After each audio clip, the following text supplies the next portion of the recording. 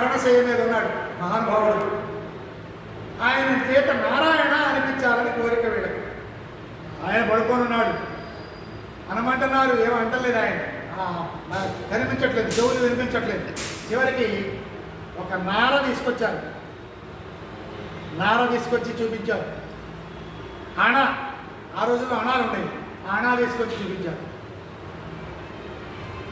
ఆయన నారనేమో పీచు అన్నాడు, అణాని డబ్బు అన్నాడు. ఇక అంతే పోయాడు.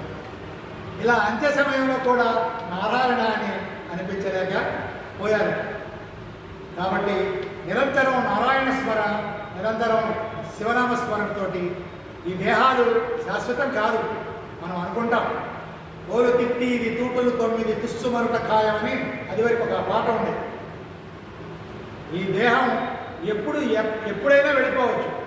కాబట్టి నిరంతర స్మరణలో ఉంటే మనకు శుభం జరుగుతూ ఉంటుంది, మనకు ఆయురారోగ్యాలు అవి కలుగుతూ మోక్షం కలుగుతూ ఉంటుంది. తిరుమల తిరుపతి దేవస్థానం వారు అద్భుతమైనటువంటి ఇటువంటి కార్యక్రమం చేపట్టారు. ధర్మ ప్రచార పరిషత్ వారికి రేపటితోటి ఈ కార్యక్రమం ఇక్కడ ముగించబడుతుంది. వెంకటేశ్వర స్వామి మీద మా నాన్నగారు అయినటువంటి రామకోటేశ్వరరాజు గారు తిరుమల తిరుపతి దేవస్థానం వెళ్ళినప్పుడు అక్కడికక్కడ ఆసువుగా చెప్పినటువంటి పంచచామరాన్ని మేము ముందుంచుతున్నాం.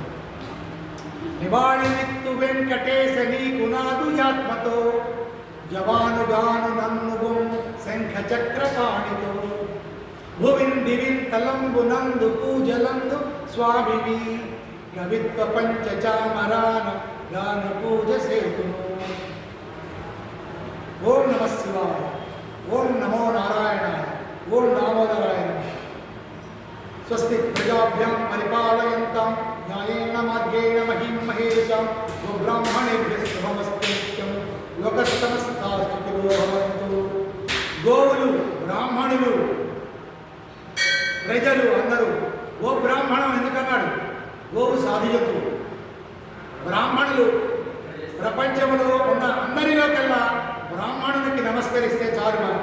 ఎందుకంటే ఎంతో నిష్ఠతోటి బ్రాహ్మణులు చేసేటటువంటి, ప్రపంచానికి బ్రాహ్మణులు చేసేటటువంటి సేవ ఎవరూ చేయలేరు. పెద్ద పెద్ద రాజులు కూడా బ్రాహ్మణులకి తలవంచి, వశిష్ఠ మహర్షి కాళ్ళు కడిగి జనక మహారాజు నెత్తల మీద పోసుకున్నారు. అందుకనే ఓ బ్రాహ్మణేభ్యః శుభమస్తు నిత్యం.